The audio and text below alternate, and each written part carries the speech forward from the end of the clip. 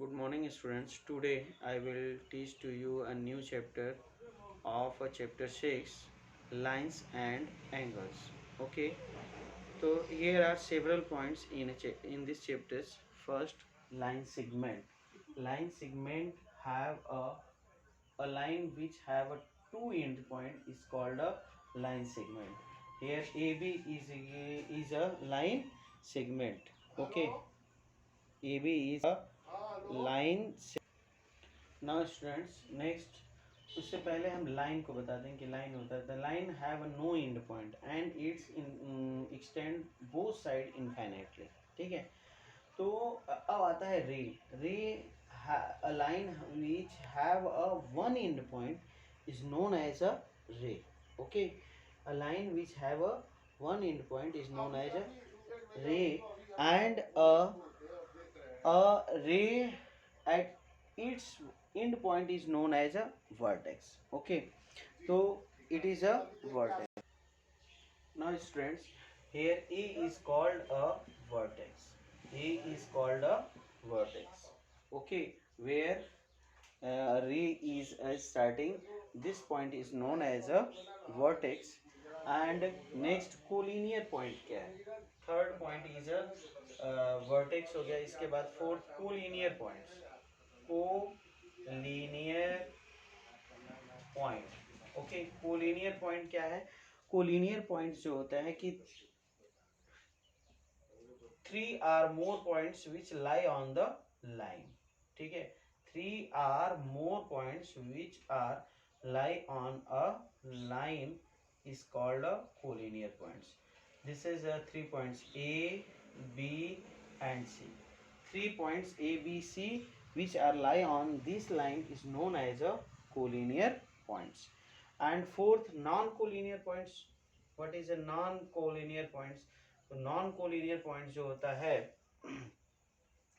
non-collinear points, non-collinear point. Non collinear point क्या होता है? Two or more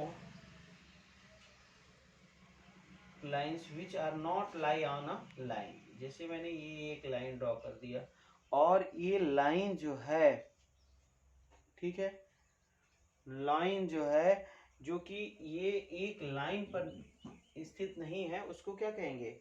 non collinear point कहेंगे। ठीक है ना, तो non collinear points. Now students, three or more points which are not lie on the line. Suppose that is a and B point and this C point. So C point is not lie on the line, so it is called a non-collinear points. Okay, now next, angle. 6 point is a angle. What is a angle? What is a angle? Angle क्या होता है कि when a two ray join at a one end point is known as a angle. ये to रे है और ये दो रे एंगल्स जब जो है एक पॉइंट वर्टेक्स पॉइंट पर ये ज्वाइन करता है जिसका सेम एंड पॉइंट होता है इज कॉल्ड अ एंगल। उसको हम क्या कहते हैं? एंगल कहते हैं। ठीक है, two ray are joined at a end point is known as a angle. Then form an angle, तो ये क्या कहता है कि एक एंगल को डिनोट करता है, तो this is known as a angle. Okay, अब ये एंगल्स जो है कई टाइप के होते हैं, जैसे एक्यूट एंगल है, ओके, राइट एंगल है, ठीक, ऑब्ट्यूस एंगल है, स्ट्रेट एंगल है एंड रिफ्लेक्स एंगल है। तो एक्यूट एंगल कब होता है? जब ये एक्यूट एंगल तब होता है जब एंगल जो है which is less than the 90 degree. acute angle, the angle which is less than the 90 degree is known as a acute angle. And right angle, right angle क्या होता है? right angle is a angle which is equal to the 90 degree is known as a 90 degree right angle. Okay, angles v is equal to the 90 degree is known as a right angle. Okay, obtuse angle क्या होता है? ये obtuse angles आप लोगों ने class 8th में भी पढ़ा होगा। ठीक है ना, कि obtuse angles which is greater than equal to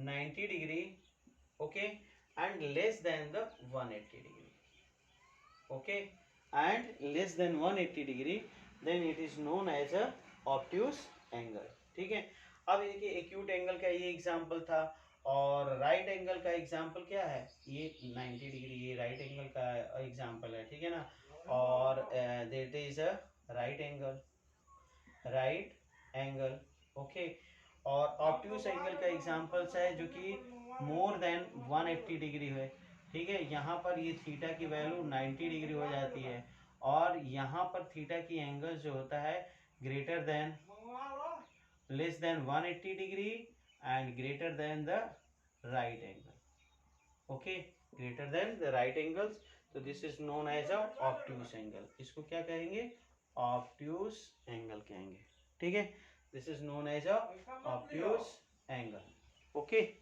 this is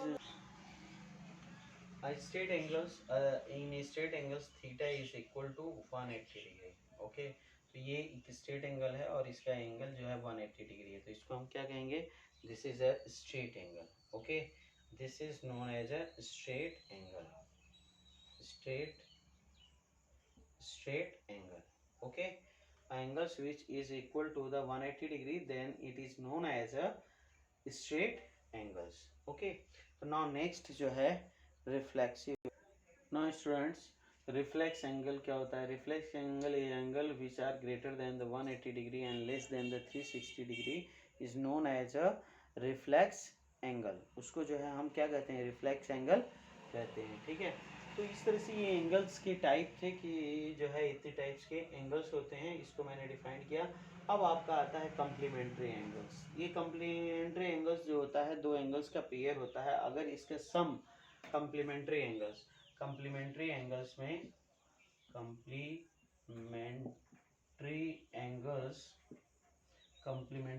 जो होता है, ये दो एंगल का सम होता है। अगर ये दो एंगल्स का सम जो है एंगल ए और एंगल बी जो है, अगर इन एंगल्स का सम अगर 90 डिग्री होता है, तो these two angles are known as a complementary angle. For example suppose that this is a angle A and it is a 40 degree and another angle that is a B and its sum is 50 degree, its value is a 50 degree, the angle A plus angle B is equal to 40 plus 50, ये कितना हो जाएगा, 90 degree हो जाएगा। Okay, तो these two angles are said to be complementary angle. Okay, so now next, now students, if sum of the two angles is equal to 180 degree, then these two angles are said to be a supplementary angles. Okay, if A and B, if A angle is a 60 degree and B angle is a 120 degree, therefore 60 plus 120 that is equal to 180 degree. Okay, so here angle A and B is a are a said to be, it is a supplementary angle. Okay, तो now next जो है points है adjacent angle. Adjacent angle क्या होता है, adjacent angle, now students adjacent angle is what is adjacent angle, two angle are said to be adjacent.